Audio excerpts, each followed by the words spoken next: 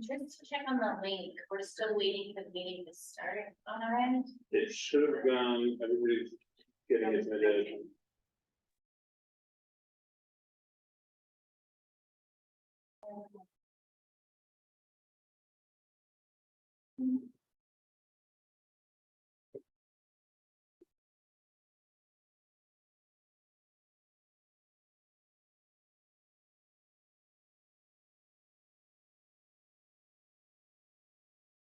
Meeting is being recorded.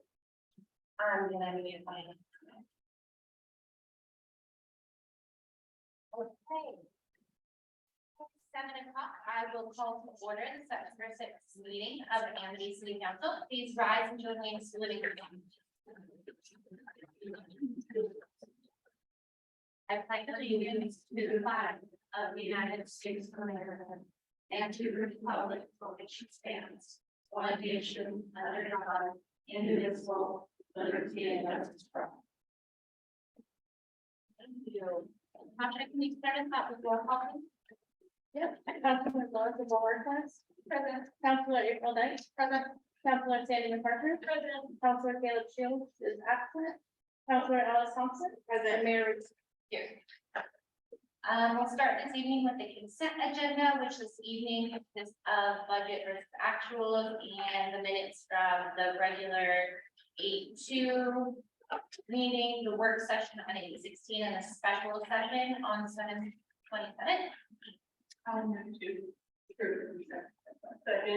I have a motion and a second to approve the consent agenda. Any further discussion? All of those in favor, please signify by saying aye. Any opposed, please signify by saying no. We'll move on to citizen comments and questions. This is an opportunity to present items not on the regular agenda. Please state your name and address and limit your comments to 3 minutes. Can we just make sure everyone signs in that sign-in sheet in the back with your name and address? If you haven't done it yet, feel free to do it on your way out.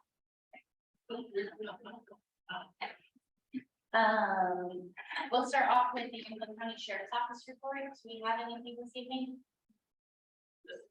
I'm not aware of anything beyond that, beyond the normal for them. Okay. Just what's in the packet. And anything from Dyche, or do we have a representative? No. Okay. Moving on, I will ask for citizen comments and questions from the audience here present.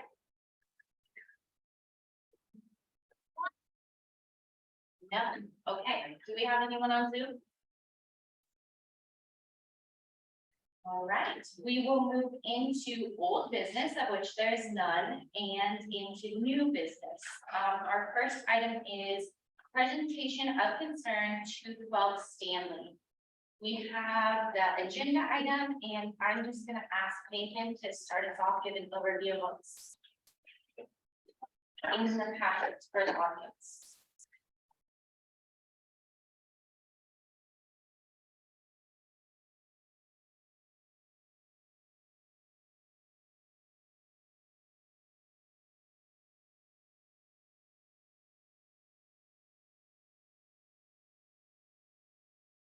So recently, the property owner of 212 Stanley Avenue, Jody Shoemaker, recently applied to the city to replace the property's existing manufactured home with a newer model, include the demolition of the current structure, installation of a new one. While reviewing the application, the property owner was informed of several requirements that would need to be fulfilled in conjunction with this development. Our city planner, Holly, gave her several of those comments, one of which was a condition that frontage sidewalk along any new development is required in the city of Amity. And so, upon learning that a frontage sidewalk is required along this development, the property owner expressed some concerns regarding fairness and equity, And I simply encouraged the property owner to bring those concerns to council meeting to be discussed in the public forum. Thank you. So you'll see in the packet, we have exhibit A through D, the planner's comments, the municipal code, and the Amity development code. But at this time, I'll ask Jody if she'd like to come up and speak to that. I'll stand right here. Okay, just state your name and address for the record and then go ahead. Okay, Jody Shoemaker at 212 Stanley, and would like to replace my manufactured home with a new one. And I have not been able to get my permits for the fact that I've expected to have a sidewalk installed at my cost and my liability when there are none on Stanley Street tied into. So here I am. I have pictures. And I've got addresses of homes that have had repairs in since the time I've been there, in 6 years. Would you like them, photos? You want to share those or? Yeah, if you don't mind giving them to staff, we can pass them around. the room. Okay, yeah, and then. Oh, well, they're all on Stanley, Okay, just area. So, and I know you guys all know Pass Street looks like. yeah, And I don't know if you want this is, things that have been done on that street. I mean, they're tall, these are all the homes that have stuff done. okay. So hearing from Jody and seeing what is in the packet, I'm just gonna open it up to see if the council has questions for Jody. And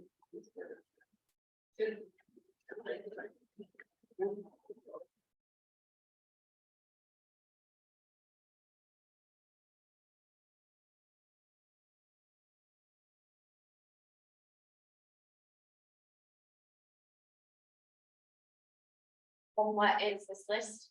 That is a list of all the homes that have done construction on this, and I've been there, and they don't have sidewalks. There's a brand new home that was built in 2017 with no sidewalk. And as you can see from our code, the ordinance in place says that any permits that are issued over $5,000, it is required that street frontage happen. That was put in place in 2010, and the development code was updated in 2016. I've let Ms. Schmidt know, this council can't do anything about what has been done in the past. My concern is that it's our job to uphold the policy that we have on the books. That's what our ordinance currently states. If you look, it also says that there are a few reasons that exceptions can be made. Sidewalks created have not and cannot be established for the property in question within a reasonable time period. Future installation of public utilities or street paving would cause severe damage to existing sidewalk. Topography or contours make construction of sidewalk impractical. The non-compliance provided in provisions H2A and H2B shall be temporary and cease to exist when grades are established for sidewalks, so that's not a deferment under these. Honestly, council does not have the authority to grant an exemption. It's the public works director, and in the past that happened repeatedly. I will say that my direction and what I've heard from the council is that we want our ordinances upheld. If we want to give a recommendation to staff, I think it would be really important to look at our ordinance, because that's what we have on. Why people haven't been held to these standards, I don't know. Moving forward, I think it really is a policy decision. If it's not practical or if that's not what we want our city policy to be, then we change the policy. We don't use grant exemption forever. So, Jody, do you have anything to add? No, I think I pretty much have, I've got all the emails and everything, we've been around and around, I've got hours into this. So with that, I'm just gonna call on council to see how they feel. I mean, I think Nathan is looking to us, Nathan and Greg, current council recommendation, right? Ultimately, the authority is on our side. But our directions to staff have been to uphold our ordinance.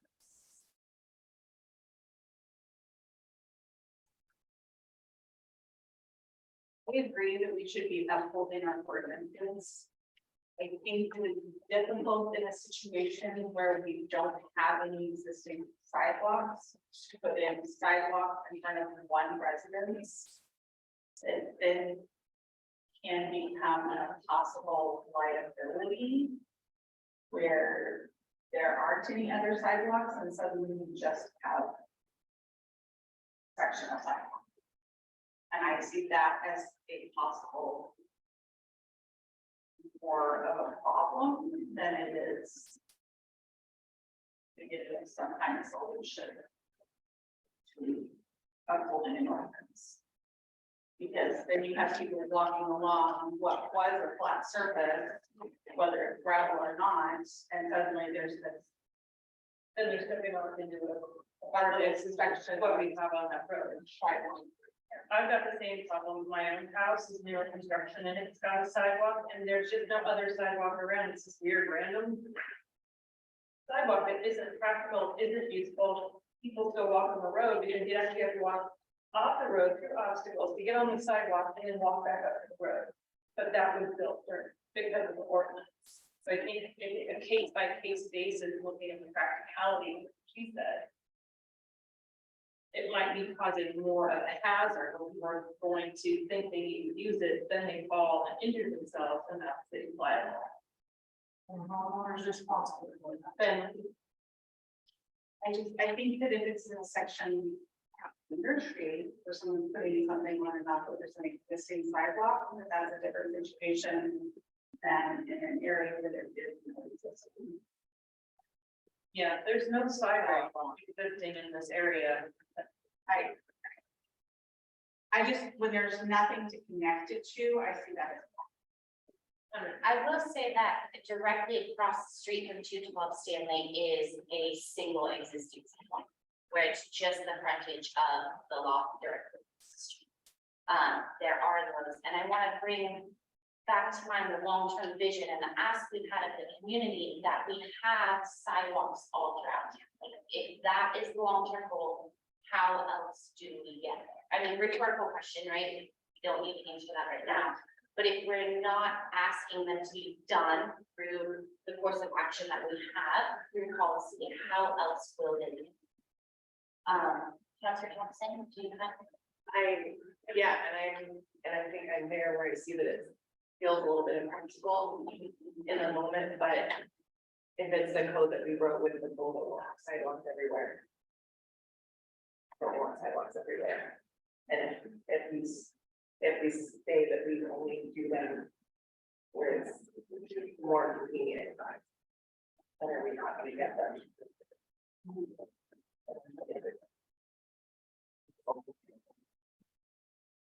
I've had the feeling in the past that it's been, there is some discretion from public works, but how are those choices made? Who has to do it and who doesn't? I think there needs to be clear direction whether we're choosing to do one. I think it's pretty clear in our ordinances that, it is required. Like you said, we don't know the decisions of past council and past public works of why they've been deferred or why exceptions have been made. But I've heard over and over and over again from the community that we want ADA accessibility, we want sidewalks, we want roads that are taken care of. And a sidewalk ordinance is, every city that I've been in has been the same, that a homeowner is responsible for the sidewalk in front of their house.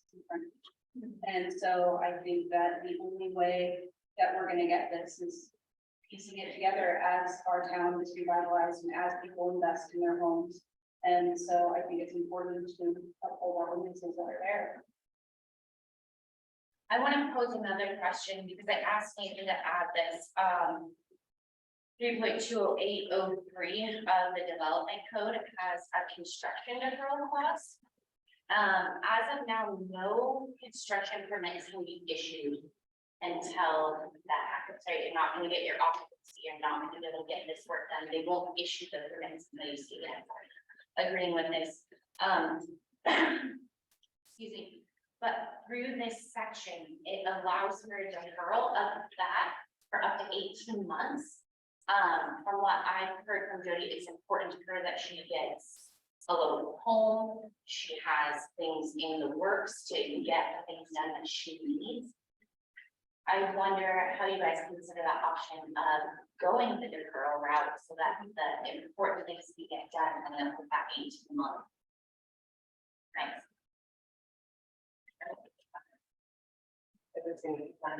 Yeah. And then I saw hand in the audience, yeah. I know that it was in, Can you state your name and address, please? my name's Carrie Boyd, I live at 208 Stanley Street, it was a few houses down from her. I know that it was in the works that the sewage was behind our houses and that the city was gonna move it up front, put in sidewalks, take half of our yards and put drainage all up front with sidewalks, and it wasn't gonna be our responsibility. Now you're gonna make Jody here put in a sidewalk that's gonna make it dangerous, and there's kids on our streets that will take the opportunity to get on the sidewalk and cause havoc. And I don't think it's gonna be fair. And then we're gonna end up having to put in sidewalks. If we do repairs, which is gonna be nonsense, because down in the future, you guys are gonna tear it apart anyways, to put in your sewer systems. And rechange the whole street, and so that's gonna be a waste of our money, when you're gonna turn around and change the streets anyways. I've been here for over 26 years. I've been on the committees at different times with the budget and everything, and nothing has ever been done right. And I get frustrated. So to have one sidewalk put in for somebody that needs to change their house because it's falling apart, you guys are upholding it because of one sidewalk. Because you want to improve our street for one sidewalk is ludicrous. I used to have a sidewalk. There's only 2 sidewalks on my street, which was the neighbor's house and my house. I got it approved for me to put grass in because it was dangerous. Because they're falling apart, because they're over 100 years old. I don't think there needs to be a sidewalk in there, if the whole street's not gonna get done. And if they're gonna be put in, then they should have been put in when the 4 new houses that were built were put in. And these 10 years of this ruling being put in, some of these houses were put in before the 10 year. So they should have been put in. Thank you for your comments. As I said I'm before, sorry I sound frustrated, but I am frustrated. that's fine. Because you guys are holding up somebody that's living in a position that she's not gonna be able to change because of your guys' ruling, yes or no, which isn't right. You guys need to think about what you're gonna choose to do. And if you guys choose the wrong way, this person is not gonna get a good living situation. It's gonna be on your heads. And I hope you think about that. Not because of the rules, because of your choosing. And that's gonna be on your heads. Because she's not in better living conditions. And I hope you feel bad about it. I think anytime we're making a decision, we're trying to do what is right for the community as a whole. Can I ask for any other council input? And then I'm gonna ask for some staff input.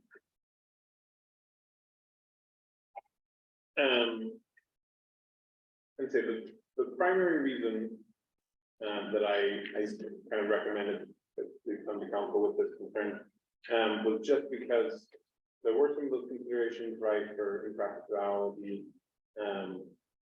But I am aware that the city council is strongly upholding ordinances. And so I was really just hoping to find the city council's direction on that. I've been fairly new and not super familiar with the street.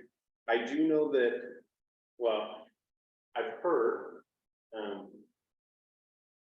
that in the past, some of those deferral agreements have been offered I have not actually been able to find a record of those. And so that's part of the kind of hesitancy that staff would have with a deferral agreement, would be that they're difficult to kind of enforce or to keep a hold of as we go down the line. And that really the city's best way of ensuring that a sidewalk gets put in is to require it every time it's developed. And I'll just bring attention to the fact that, you know, the failure to complete improvements, where the construction deferral is held, all this is within our rules. Really, as I've sat here, as I've led this council, things have not always been done correctly or by the book in the past. I don't feel like we have. Why do we have this book of rules? Why do we vote on these rules? Why do we have these policies if we're not going to uphold them, if we're not going to use what we have right in front of us? So I'm open to any direction, whether that be a waiver, a deferral, you know, this is council's suggestion to staff at this point. We also have the option to change what this sidewalk ordinance is. But I don't think that if every person that comes in front of us would just waive it and say, oh, well, we don't uphold that rule. That does us no. That's why we have some, and that's why we review it and we discuss it, and then we vote on it. Exactly right, otherwise, no way. I would like to see the improvements made. I'm really happy and exactly what that property is. Actually looked at purchasing it years ago and was for sale. I'm really excited about the improvement to it. I would like to see personally us accommodate where up to the street is improved in a way it's congruent with other properties around it, where a lot of them, they're covered over in a newer culvert and they're gravel and it's level and it's smooth and it's safe to walk on. I know I've walked on 1,000 times for the years that I've lived here. Why this one little chunk needs to be this perfect little manicured sidewalk when the rest of that street and Enos aren't and probably won't be, and potentially, yeah, all those drainage ditches, they need to be replaced. I know I've had my old house flooded because of Enos, they're blocked. We had to come and dig them out because all the water was pouring down Enos, literally into my garage, and my garage filled with the water, all from up in those culverts going from Stanley, pulling down Enos. So one little property frontage is not going to solve any problems.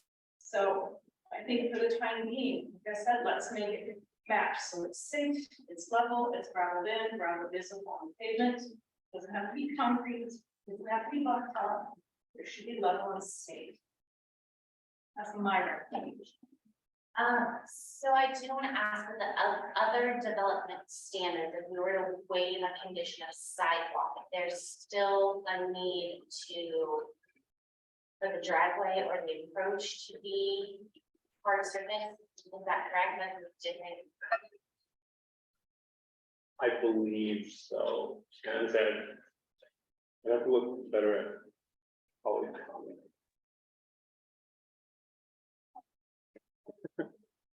Holly's asking. I think that's what the code says, that it should be hard surface. Yeah. Because the new family dwelling, which requires street extension, has to provide full street improvements to city street payments. So then not only are we making the one sidewalk requirement, it's changing the street improvements.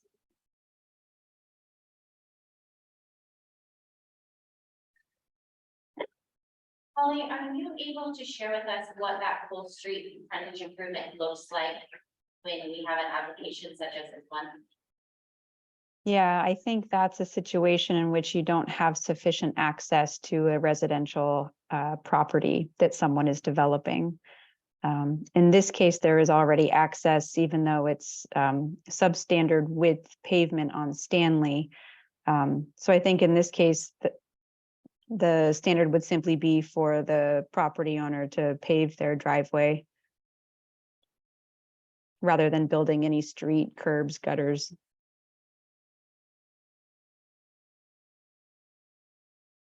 Another issue that we're up against tonight is because the city council doesn't have the authority to make this decision, it's up to the public works superintendent.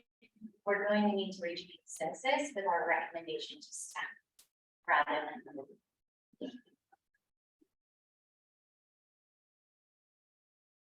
So I've heard some mixed feelings. The other thing is we have the option to not reach a consensus, and Nathan, you've heard from council enough. I mean, you've heard council weigh in. Is that something that you're comfortable then talking with Ray and Polly about? Would you like us to continue? I think having your thoughts and opinions is very helpful.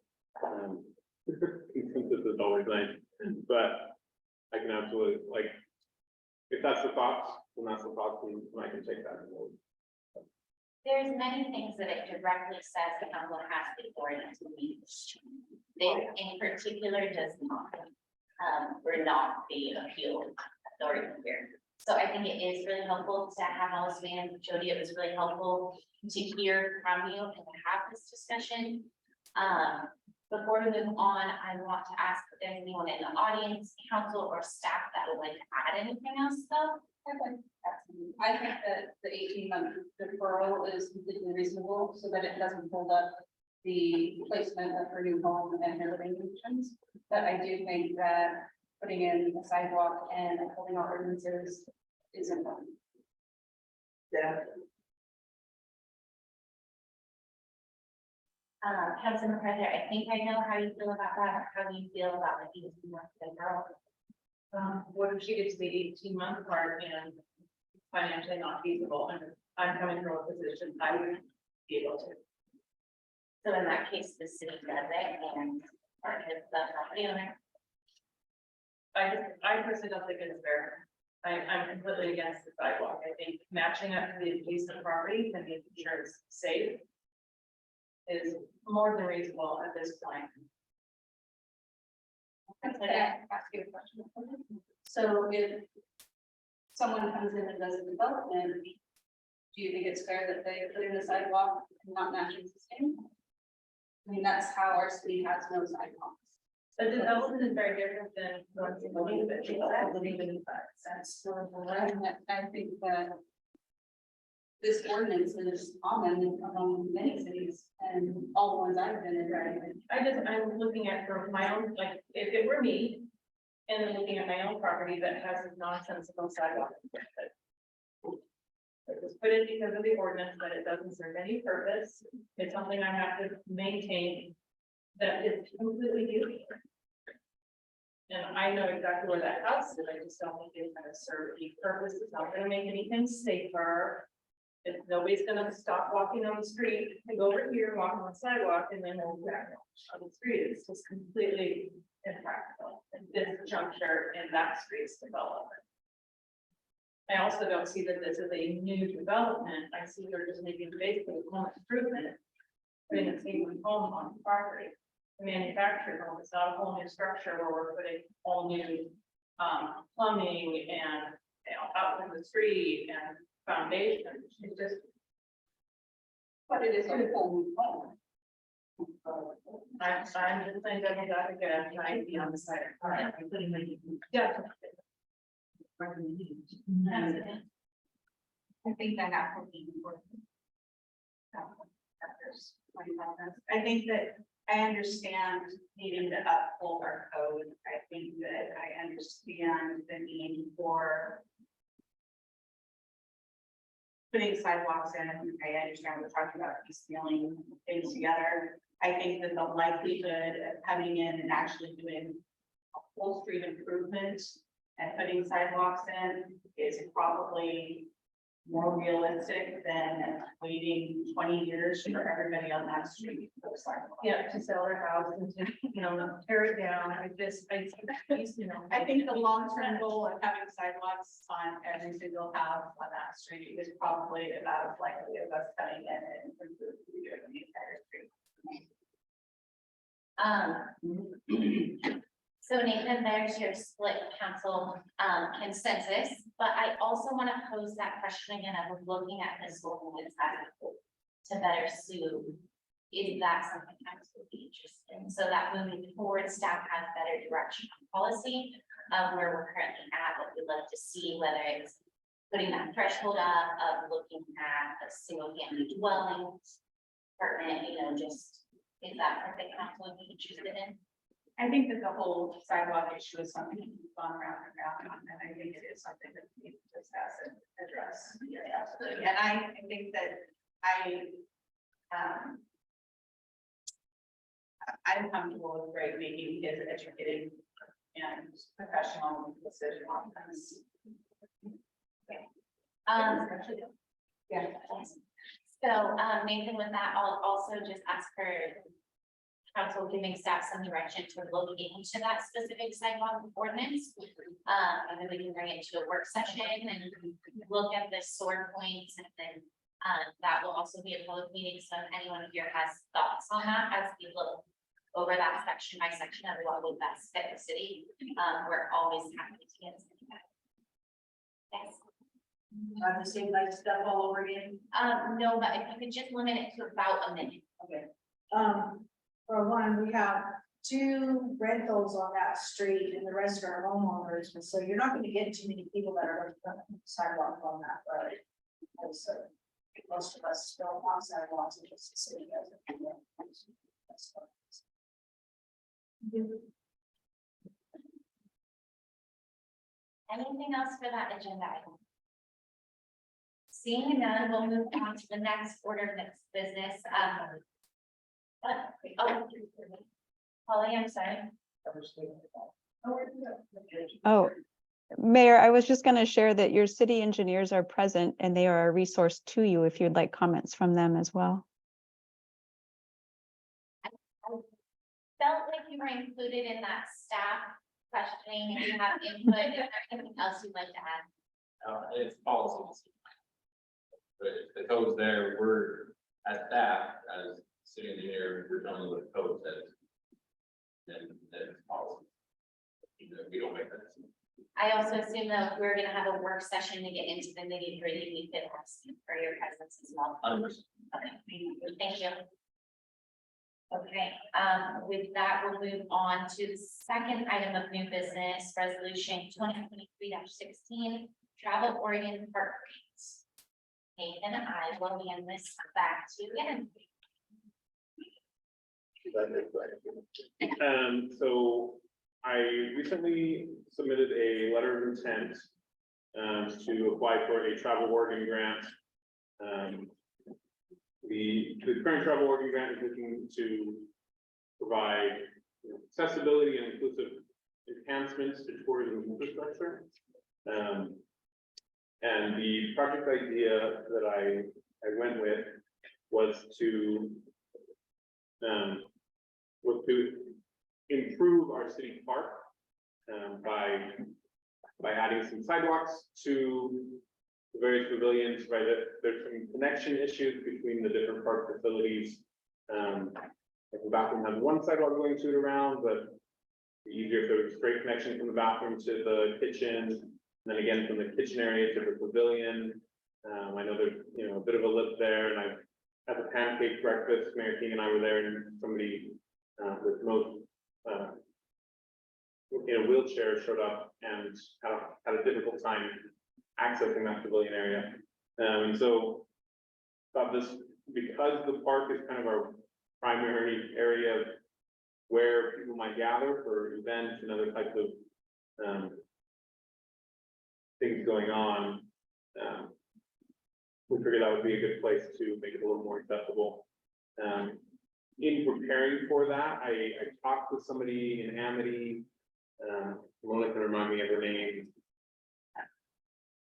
Tasha who's in a wheelchair, grew up here in Amity in a wheelchair. Spends a lot of time in the park, has spent a lot of time in the park. And she recommended that one of our priorities on that, yes, be the sidewalk connections, but also the playground surface itself. Currently it's bark chips, right? It's a little harder for her to access. So we talked about making some of that like a firm rubber surface instead.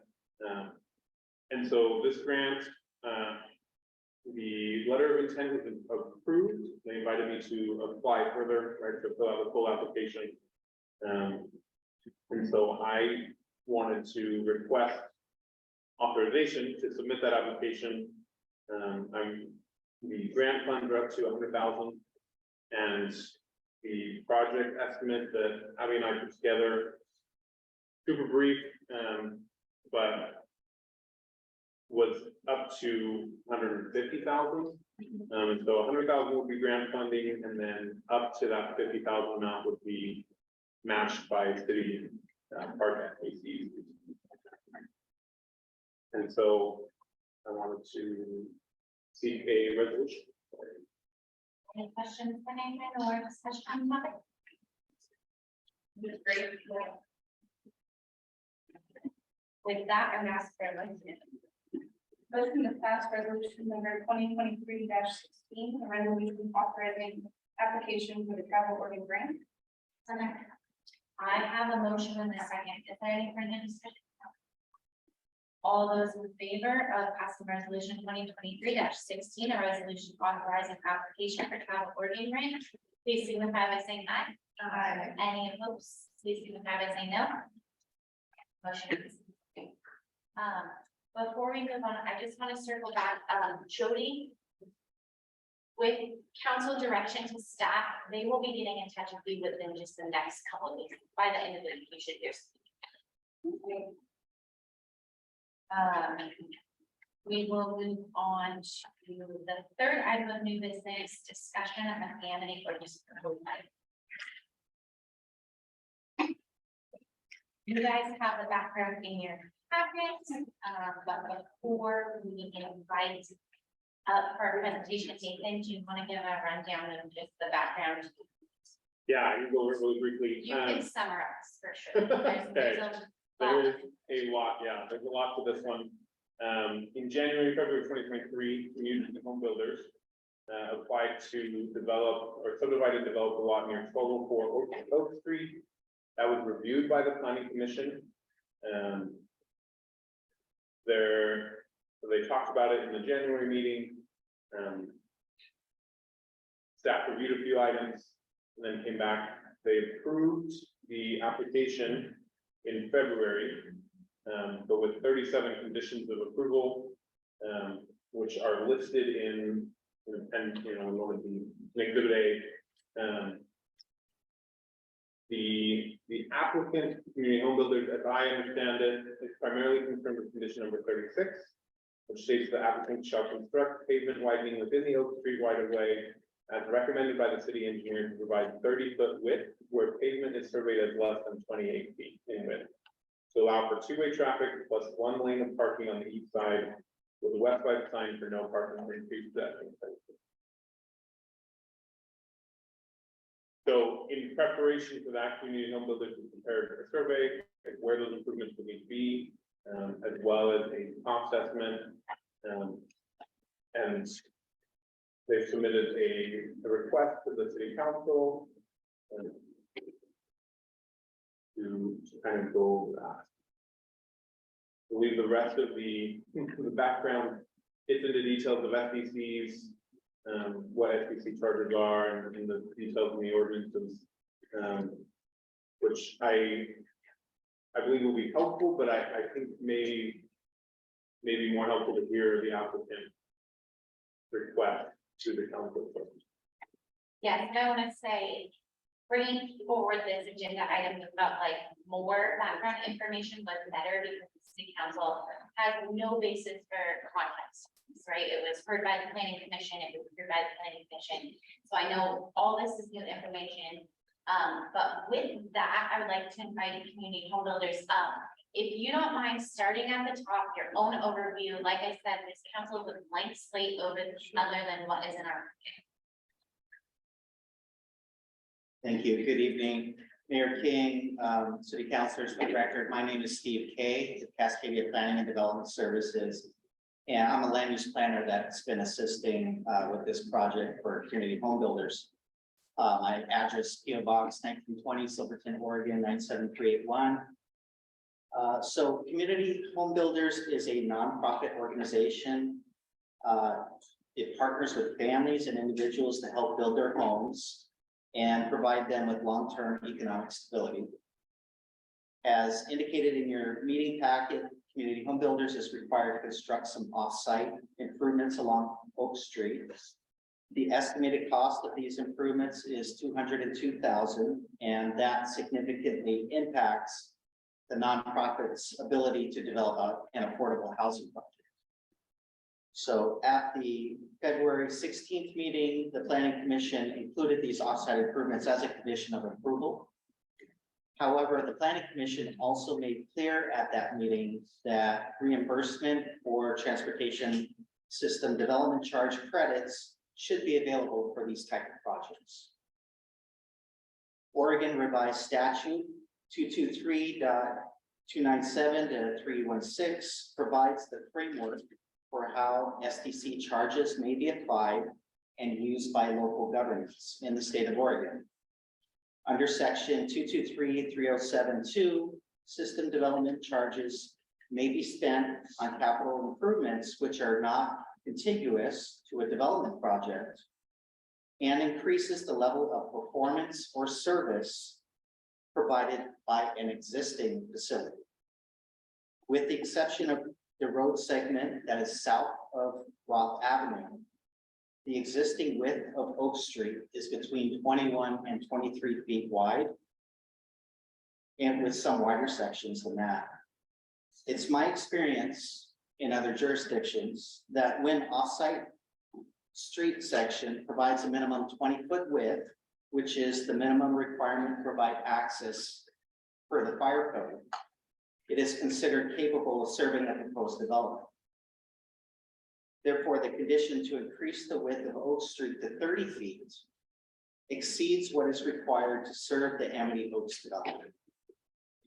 As a result, this condition increases the level of performance or service of an existing facility, which is not adjacent to the proposed development, and therefore is eligible for SDC credits or reimbursement under state statutes. Since the requirement to widen the road exceeds what is necessary to serve this development project, the off-site improvements also qualify for SDC credits or reimbursement under the city's SDC ordinance.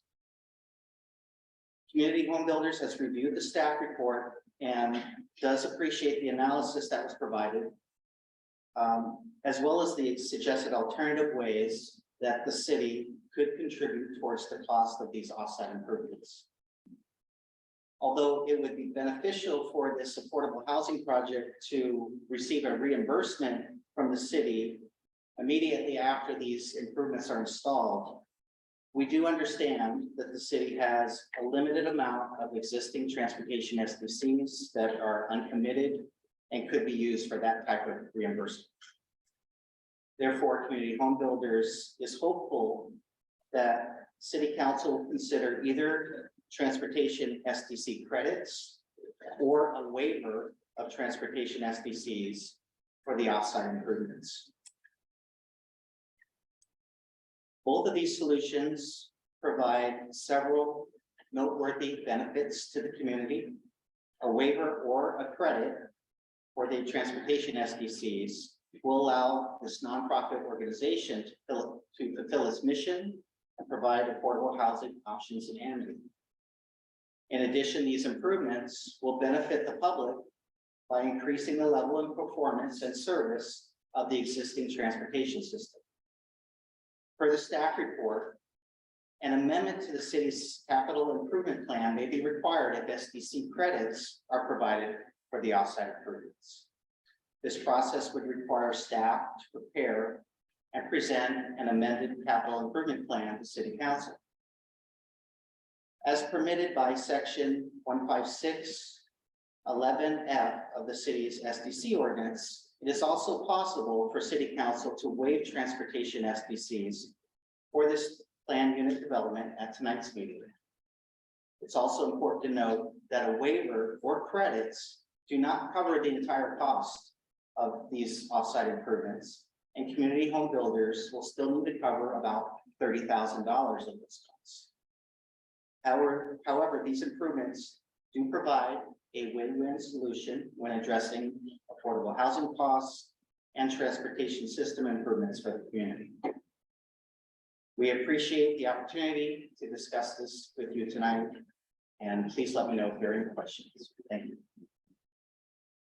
If you don't mind just holding it there, I will open up for questions from council.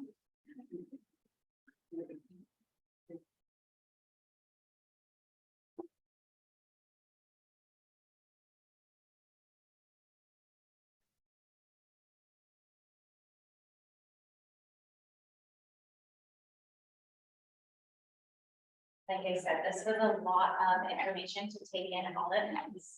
I'm sure. We also have the project engineer here, if there are questions related to that, as well as representatives from community home builders. I wanted to ask, we in the packet have a list of costs associated with these offsite improvements, but was there also a survey? I think I saw that. We have surveyed the entire right of way from the site until Nursery Street. Does city staff have that available? Do we have it? It's in the, Those are road sections based on your survey. Yeah.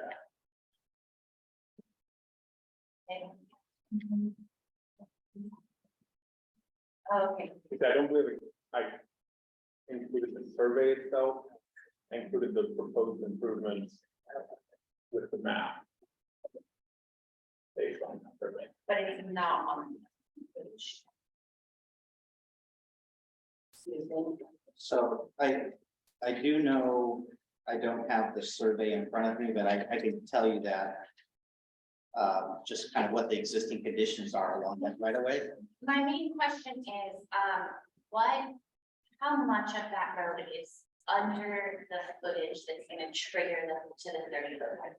For the entire, There's 4 of the 5 sections blocks between our site and Nursery Street. So the first section between our site and Ross Street is the most narrow. It's only about 10 feet. And we certainly understand that needs to be widened. Beyond that point, it ranges between 21 feet and about 32 feet in width.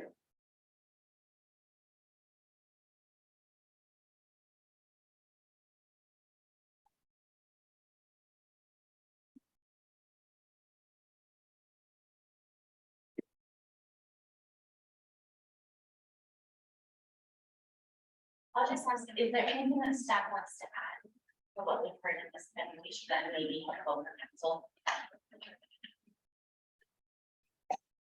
Yeah, maybe, I mean, what we're looking at for a section of that roadway is 41, I believe it's 41 feet, specifically, but a 41 foot section is what is particularly required. It's offsite improvements though, and we're looking for what's going to be safe for pedestrian and vehicle traffic. That's what's behind the recommendation.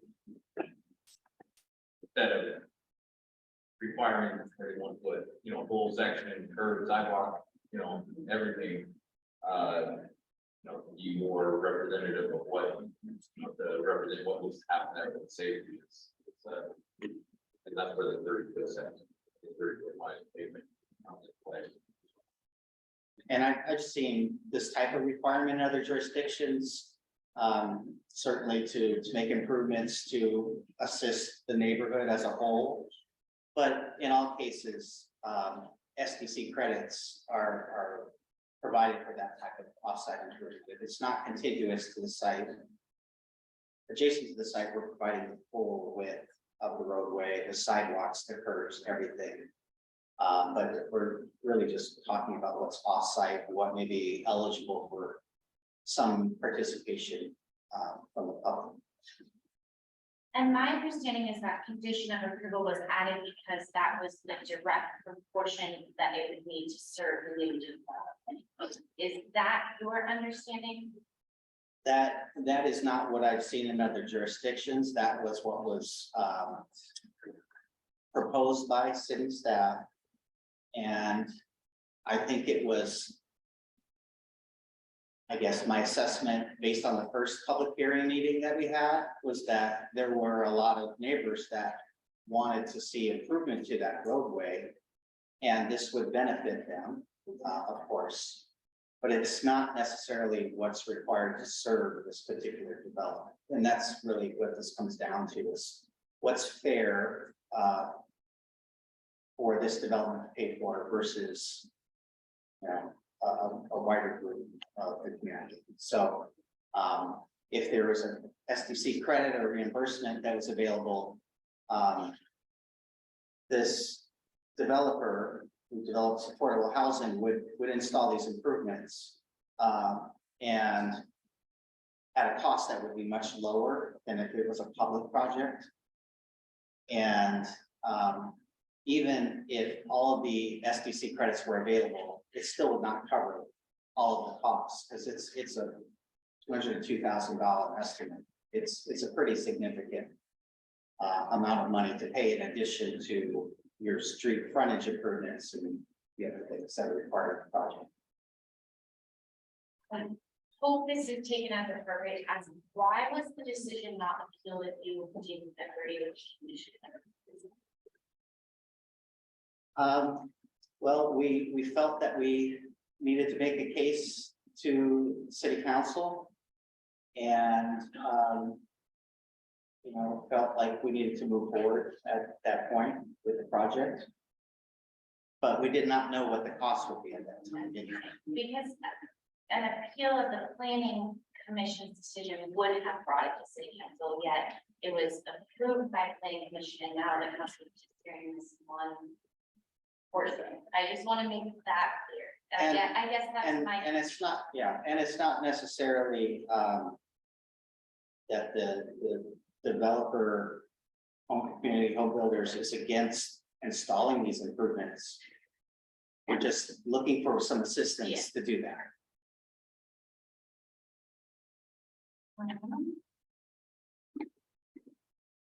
Any staff? Oh, yes. And review comments? Yes, go ahead. I was gonna ask for staff comments, but if there's citizen comments, just go ahead, stand, state your name and address and limit it to 3 minutes, please. I'm Mary Jackson at 207 Rock. And I don't have a perfect memory of what was approved at the, I think this was February planning commission did the final approval, and there was no appeal made as far as I know.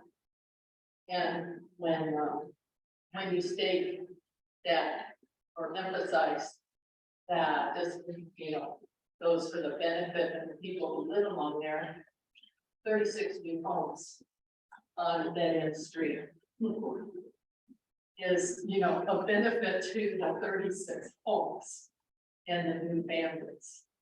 And I kind of gotten feelings about other issues that they're shortchanging their own clients that are going to be building in here. So what's good for us is really good for their clients. And I really would like to remind them that they should be thinking about their clients. The other thing that I might have a false memory about is that the improvements like a sidewalk, I mean, we were talking about widening the road to a consistent width, the nursery. And there was also, I thought, included that there would be eliminated parking on one side. And that the sidewalk that they were going to install only went as far as Rock, not all the way to nursery, but I might have that wrong. But that's what I thought was in the agreement. That is So I- correct. And it's just the frontage sidewalk, the rest is just To make street wide. it sound like a sidewalk that curves all the way to nursery, I don't think it's fair. Yeah, we're not stating that. But what we are stating is that what's required to serve this development is 20 feet width.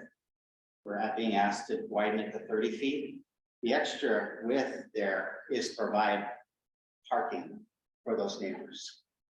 So that needs to be, you know, weighed in this decision as well. It doesn't directly benefit this project. I mean, I would think that extra fee also serves as access for fire, emergency services 20 feet width is fire standard.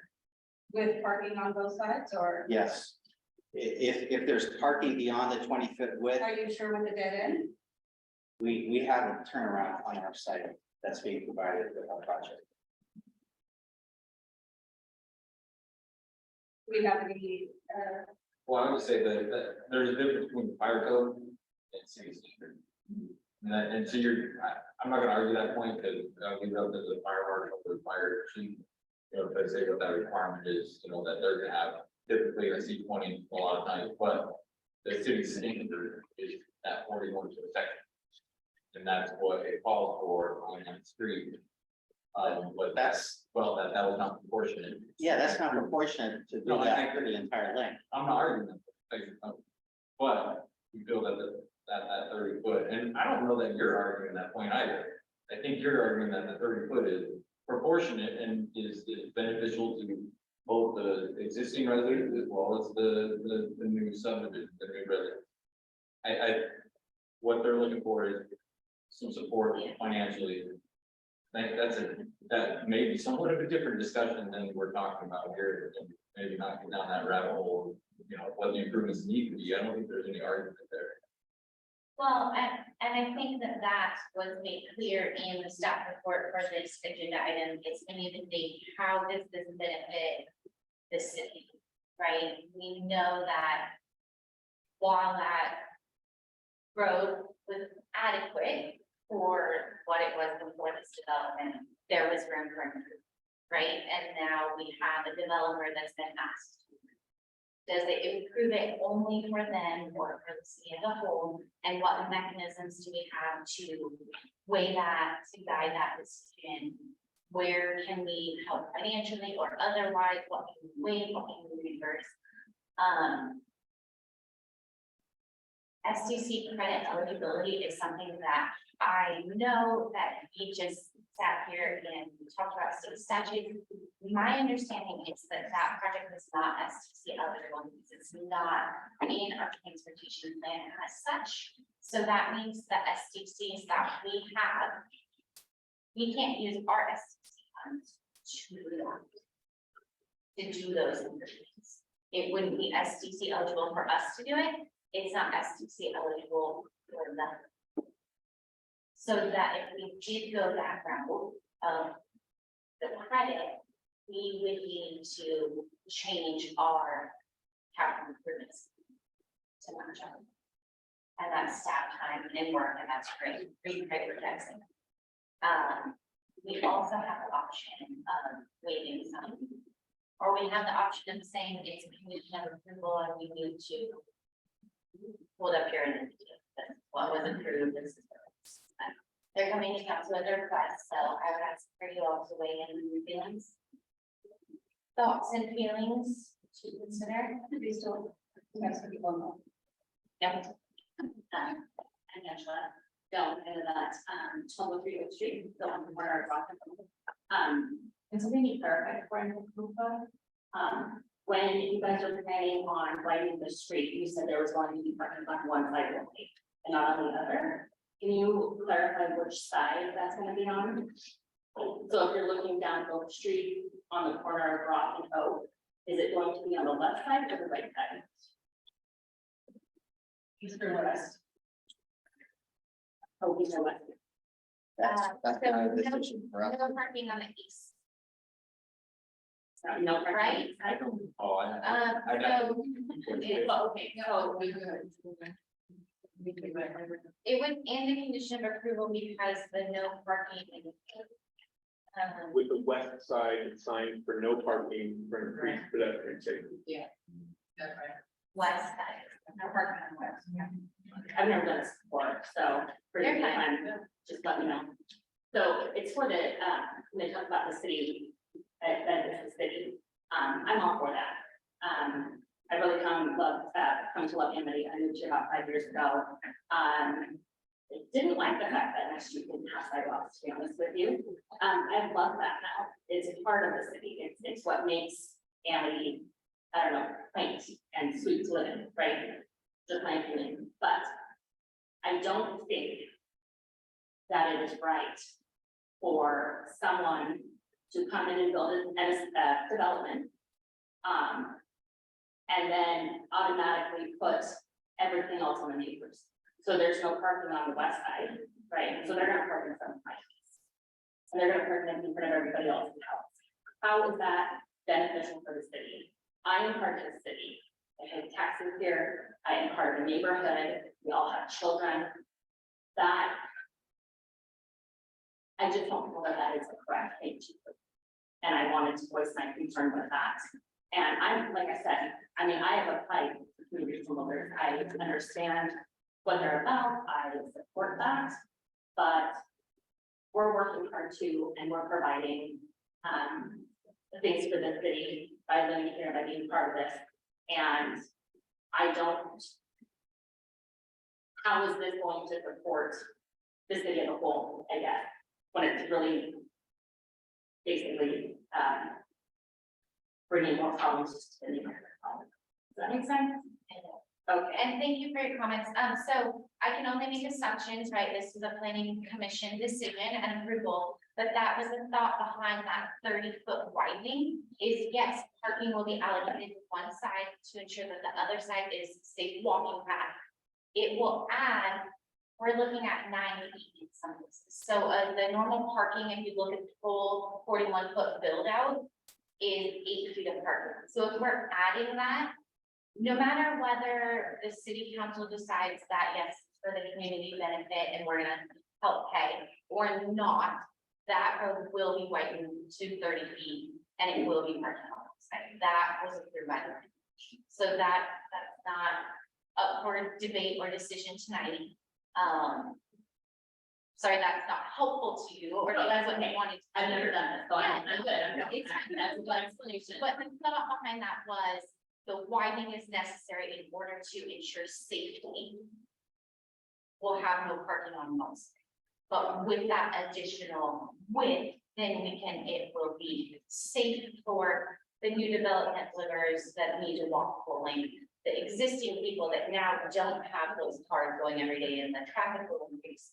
It was looked at. I just also want to mention that within the development, there's parking on both sides of the street. So we can accommodate what's needed for parking in the development and won't have to encumber any parking spaces along Oak Street for that reason. Okay, that was gonna be my question, because I have concerns like she does. We've got a multi-family unit down my street that has absolutely no parking. So all of those people are just in a 3-block stretch, you can easily count 50 vehicles. 3 blocks. I don't want to see where she is turned into that. Sure. And new builds will be, they'll have our development code, which has standardized amount of parts. And that's really, I'm just gonna bring this around. The theme for the evening is that we have codes and policies in place that when they're upheld, it works right. When too many exceptions are made, that's when there's issues. And so I know that, it's really hard to sit here and make decisions to uphold these things because it doesn't seem fair, but it's starting in a place of fairness and moving forward in fairness that sometimes doesn't feel good. That was off topic, my apologies. But for the matter that's before us, do we have any other council input or questions? And then I'll ask again of the audience if there's anyone that has a question or comment on the topic. Yes. Hello, my name is Tom Sissel. I'm a civil engineer. This consulting with community home builders on this. And there's a few things I want to say. First of all, this property was owned by a for-profit developer who pulled out of it because, most likely because it was too expensive to develop for profit. So community home builders has now got the property and they're trying to make it work for their clientele as a nonprofit. So this is a property that has, without this whole discussion of this street section on Oak, there's other issues. There's a sanitary sewer that has to be deepened.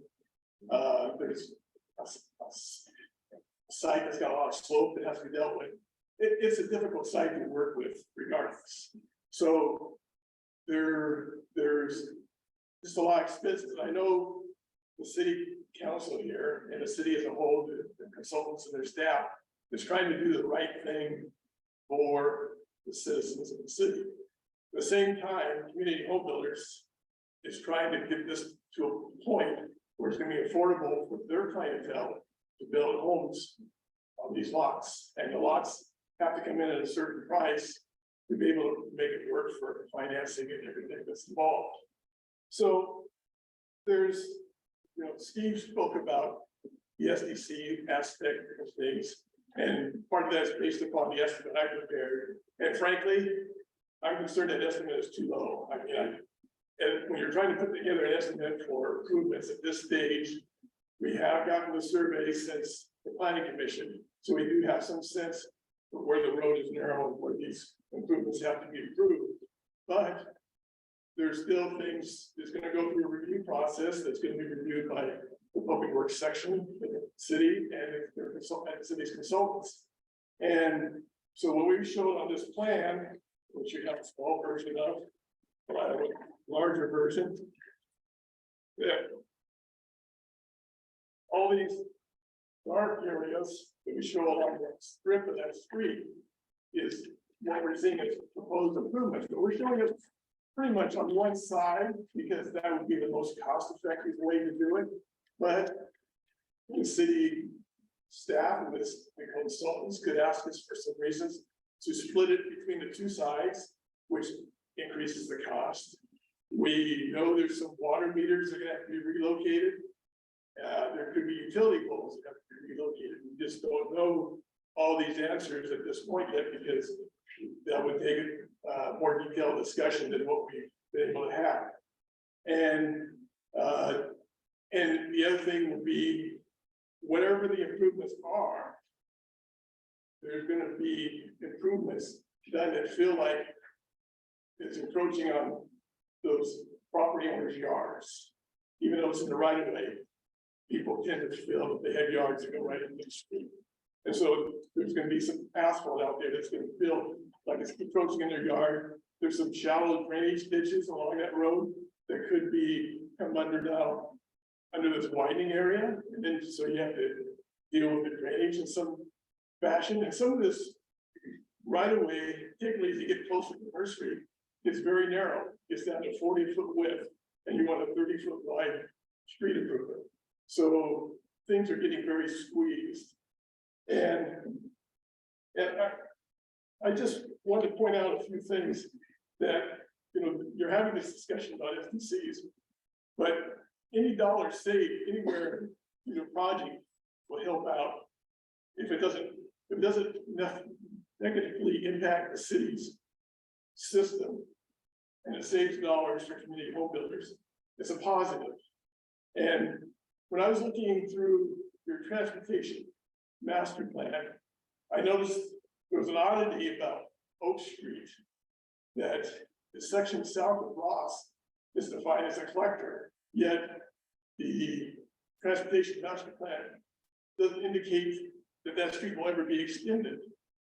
And collector streets, like arterials, are usually through streets. So along the frontage of the site, the community home builder site, and the parcel to the north of them, before you get to Rock, the city's requirements is asking for a 3/4 street improvement of a collector status, which actually is 44 feet from curb to curb. So we're talking about a 33-foot pavement width that community home builders has to construct in this area. Now, if this was a local street, say that portion south of Rock was classified local rather than a collector, that improvement and pavement width would only be 25.5 feet based upon that same requirement. And so there's 7+ foot savings in asphalt, rock, and work for the frontages of 2 parcels. That is just some dollars saved, which then can be put to other areas where it may be more important to the city as a whole. So, I mean, you're gonna be looking at this and discussing it. I understand we'll be coming back to you next month perhaps, but I want to give you some things to think about this next month about that, you know, the intentions are good for everyone here, but it's a very challenging project, and the improvements that the city is asking for is a significant burden, and we're just trying to make it all work. And I think that's all I have, unless you have questions. Thank you for your comments. Anyone else in the audience? Angle 209 Southeast Drive. I was wondering, I don't know if this is an appropriate question, but if an amendment was made and credits were able to be given, or if something is waived, where does that money come from? Is it already in Amity's budget to do such a thing? And then how would the money be? How would you provide it? So credits and reimbursements are a little bit different, or a waiver, right? So SDCs are something that comes in, we budget for those. They're within our budget, we project them out. In this year's budget, we didn't project out to be getting any SDCs from this project. So they're not yet in our budget anywhere. And I think that's a good reminder for council. So those SDCs aren't something that we have budgeted, and then if we waive them, then they're gone. They don't exist yet. If that makes sense. No. They're not asking, what? No. I understand they don't exist, but then if you're giving them credit, I don't think. So when permits are pulled for each house, they would have to pay SDCs. They pay water SDCs, sewer SDCs, transportation SDCs based on our methodology. A waiver would be saying, you don't need to pay us this portion of that. And so it would be something that would not be actualized to the city, rather than anything coming from our budget. And so to add to that, we didn't budget that within this year. So even on paper, it doesn't exist. Does that make a little bit more sense? Yes. So it wouldn't be any monetary amount coming from the city this fiscal year's money. Do you have a second part of that question? No. And then I'm gonna ask staff if they have anything else they want to weigh in with. Laura, I don't know if you have anything. Any guidance for council or anything you want to add? Well, Mayor, I think that I understood what you just said, but I do want to add that when you look at your code 156.111, the waiver, if the council decides to do the waiver, you will have to identify an alternative exclusive funding to make that. So it's an and. So just looking at you could waive it or reduce it in the best interest of the community. But at the time that you do that, you also have to identify the alternative source of funding.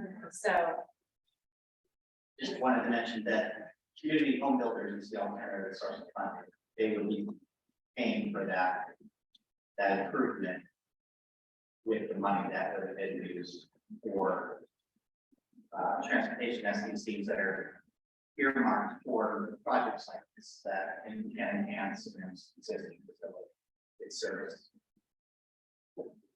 But this project isn't SDC eligible, so we would have to identify other. Even with that, we're only allowed to use the waiver if we can identify where those funds are going to be actualized later. And I thought of this, and so just to put it out there, within the packet, it shows that a small portion, one block of that is in our capital improvements plan, and that's nursery to Church Street. So from nursery, so it's one block, but it's a full build out. Right, the full build out of that. And so if we were to drop that from our capital improvement plan, because we're going a different way, right? We're street widening, we're not doing the full thing, then that kind of takes the place of $209,000 in our STC methodology. Does that make sense?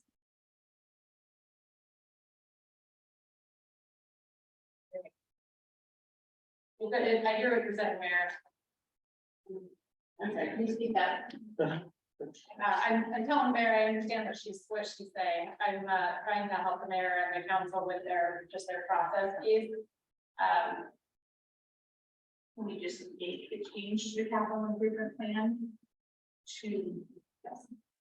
Yeah, and so if the change to the capital improvement plan, we could go the route of adding this project and making it SDC eligible. We also have the option of taking out that one block portion, and then the methodology no longer encompasses that $209,000. That project is no longer.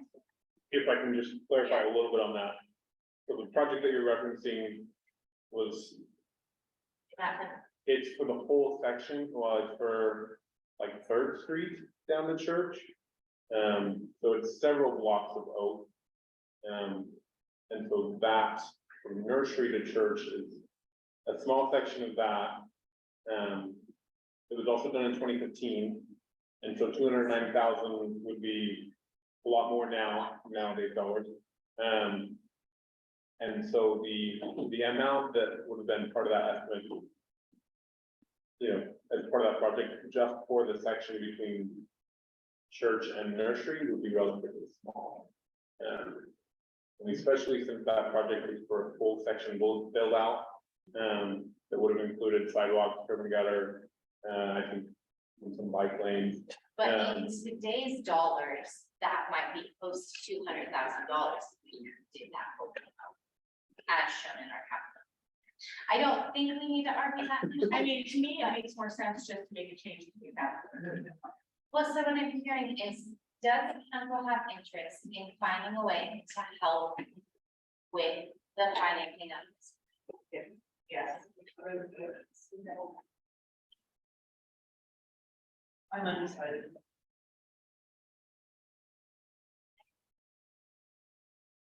Because I think there are ways. And my personal feeling is that, so each of these houses, when they go to get their permit, are going to spend $4,000 in transportation SPCs.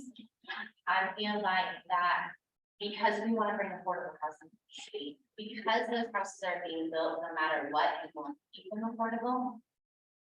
What if we charge half of that? But as we heard, we have to figure out where that other portion will come from. And also considering that there's probably not gonna be any more development or a whole lot more because of our boundary areas. So these are the fees that we're gonna collect. It's probably, you know, this is what's gonna fund our streets and our improvements throughout the city. And diminishing that for, I mean, there wasn't an appeal that was filed, there wasn't procedures in place, or they didn't follow procedures in place to get that knocked off before it came to this, you know, this resale. I feel it's like opportunity missed on their part.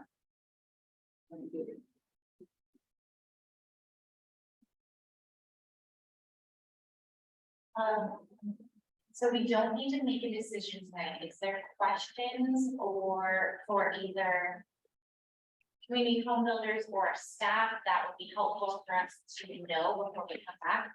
I also want to ask Polly, do you have anything to add to this discussion that you think would be helpful for council, as there remain a lot of new information? It is a lot of new information, and I'm glad that we're not rushing a decision. I don't really have much to add. I'm not typically involved in SDC decisions.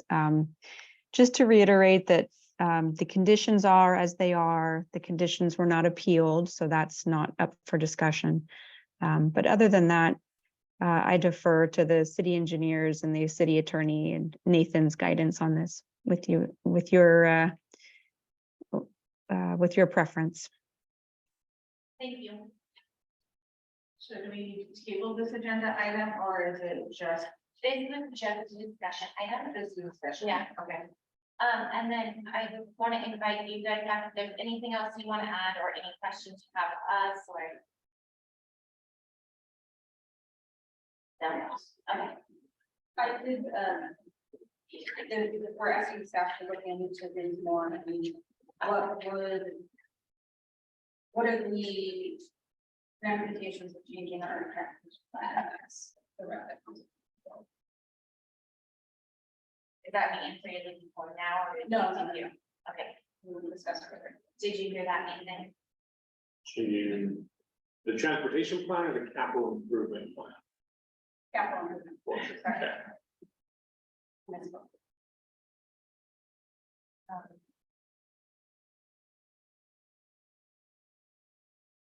So I have a question of community and builders. What is your hopeful price point for these homes being affordable homes? Is that something you know as of now?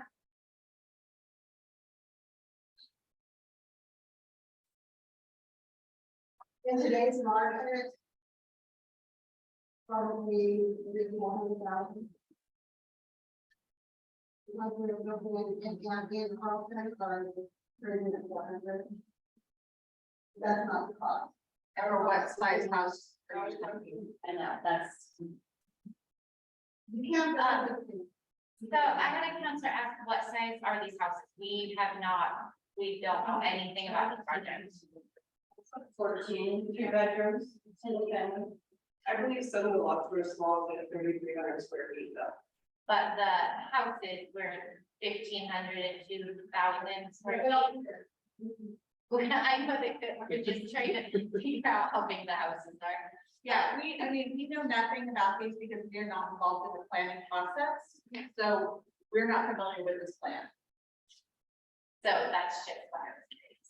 Just to put in context, the request was to waive $4,000 from each home for STC fees. But then again, when I hear that the houses are 400,000, and you just have to see like what that looks like when you're going to buy a house at that point versus what the city uses these as a fund for, it's just another thing to consider. If there's nothing else, I think I want to make sure that staff gets the questions that council might have, but also you can send those to Nathan individually. We don't have a work session planned for September. Oh, we don't. That's big like one. No, because we have a joint, so I didn't know we got something. I didn't know because of everything. We can. So we can keep our regular work session if you guys please come back at that point for this, and then we could re-talk the same agenda items at a work session this. Ryan? 20th.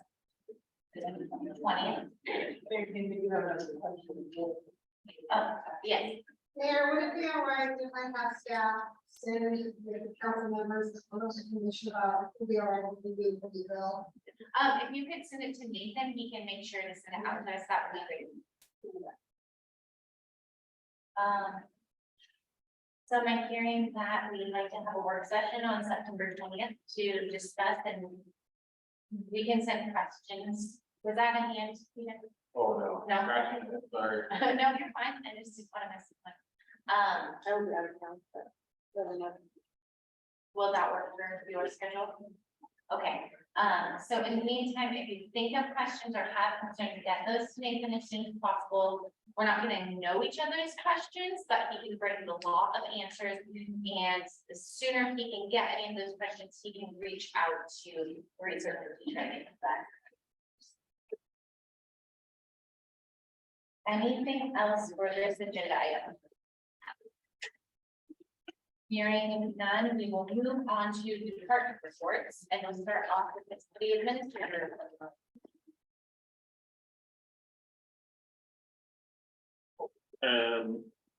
Just two things to cover. The Amity Day interest survey has been sent out via link to the newsletter, post on Facebook. Paper copies are available at City Hall. Councilman McArthur suggested that we might place paper copies elsewhere as well.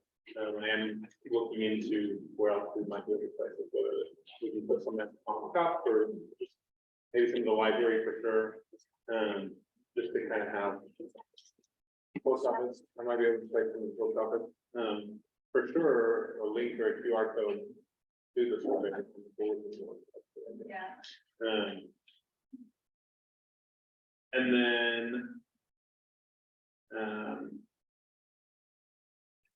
Can I see if you can, have some,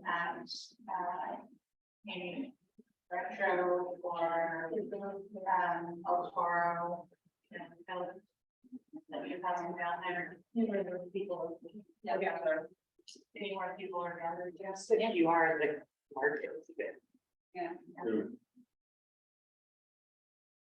And I think this will be good, you know, we had hoped to get out hard copies to everyone, that wasn't feasible, but just to see what the turnout is. You know, because we normally, when we send out a hard copy to 700 cents, we get between 60 and 80 back. So going virtual with just hard copies out, let's go and turn out again. And then everyone can get a hold of City Hall if they want to copy. So we can mail it to them, right, Tasha? If someone requested one, we can come get it, we can mail it. We a couple of reminders on the, keep it in front of them.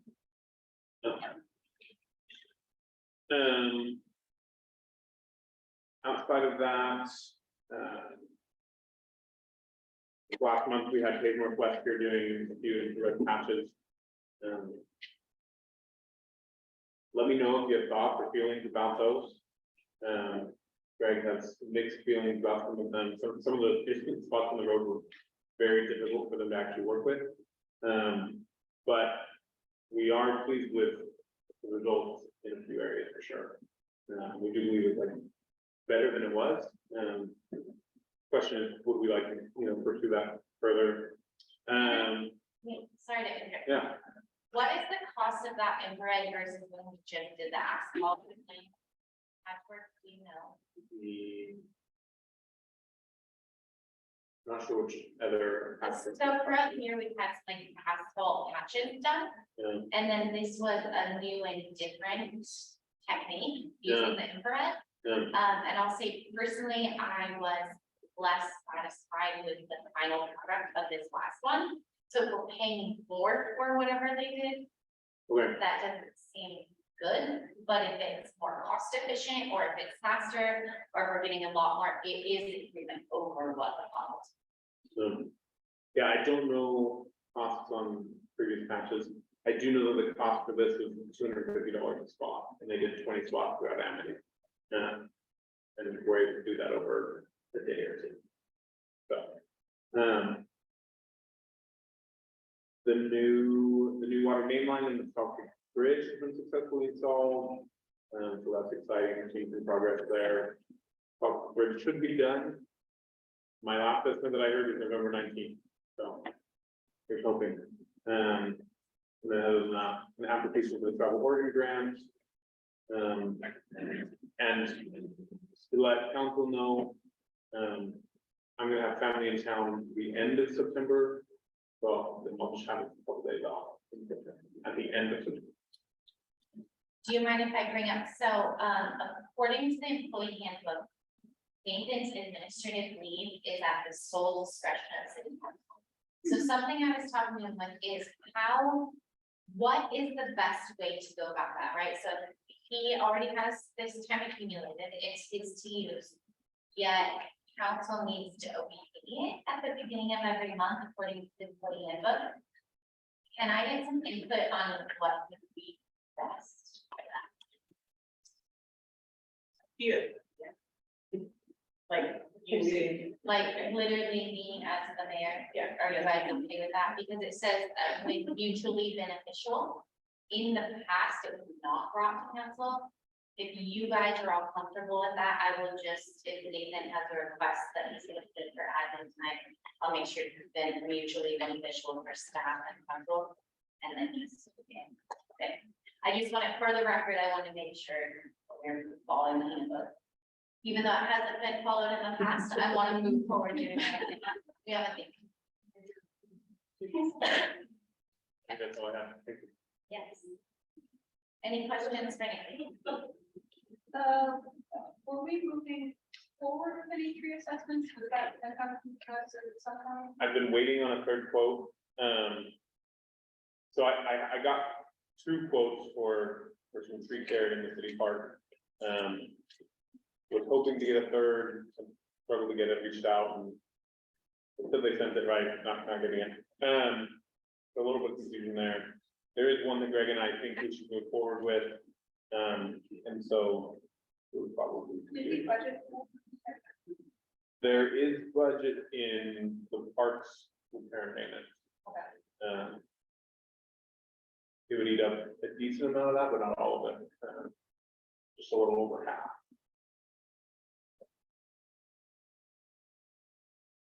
That was the council priority and probably the evening that sooner rather than later. Thank you for asking about that. Any other questions for anything? Tasha, do you have anything to add to your report? Sorry, if I can actually add really quick, I just talked with an elementary school teacher yesterday, and he's looking for ideas. He is a K-5 teacher that works with STEM. I don't fully understand his position. Basically, he's looking for a project where his, kids can work on something and help the city improve in some way. We talked about some ideas.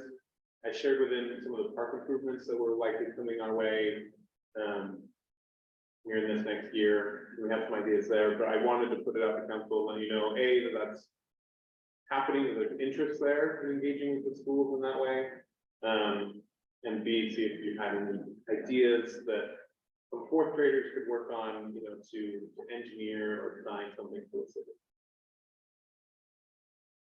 So I'll just add, Mr. Morris approached me and asked if the council would have interest and how we could get in touch with the city. So I just sent him Nathan's way. And on behalf of the council, I said, we're really super receptive to ideas. We want to build partnerships. And so before anything major happens, it will come forward again, but I think that's wonderful. Should we, email Nathan for any ideas? Yeah. Send them my way. Tasha, did you have any questions for Tasha? Anything for Greg? Any additions or any questions for other words? Library report, city engineering building report, city attorney planner, building report, any questions on those?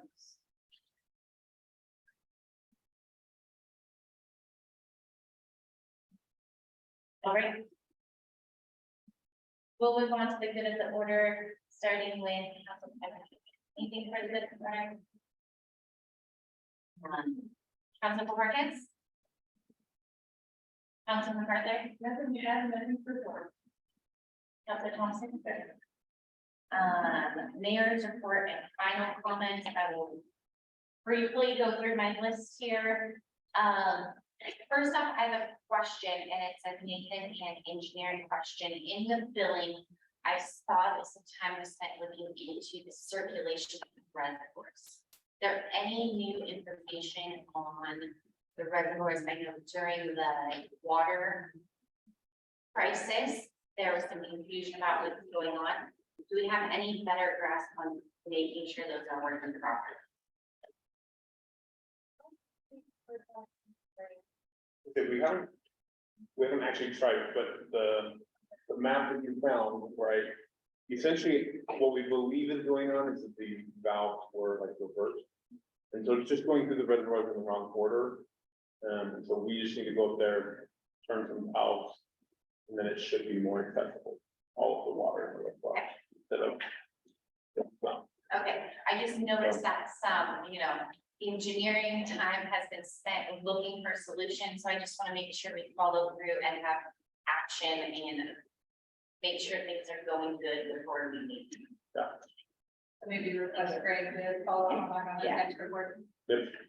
Yeah, we're gonna if we don't see it in the report, we're gonna have direct questions again. So that would be great. Thank you. I'll just say the city county dinner, that was scheduled for last month was actually canceled last minute. They lost their air conditioning. So that was a bummer. It was those hot days. The next one will be planned for November, but I also wanted to give you guys a heads up. I believe it is Confederate Treasure and Ron hosting next time in November, and then following quarter and then April. So if you haven't been in the past and you want to see what it's about and get a feel for that, yeah, just be on the lookout for that invitation. Most of the time it goes to Tasha, it might come to you directly, we'll make sure you get it, but they're fun, it's good to make a connection, and it's just see before it goes. I attended a housing solutions roundtable with Representative Elmer, who's by in Midville. So just discussing like regional issues and ideas to bring to the legislature during the short session. It's nice to have a representative that is asking us like, what would work for you? What are your problems? How can I bring this to state level? So those conversations are ongoing and very great meeting.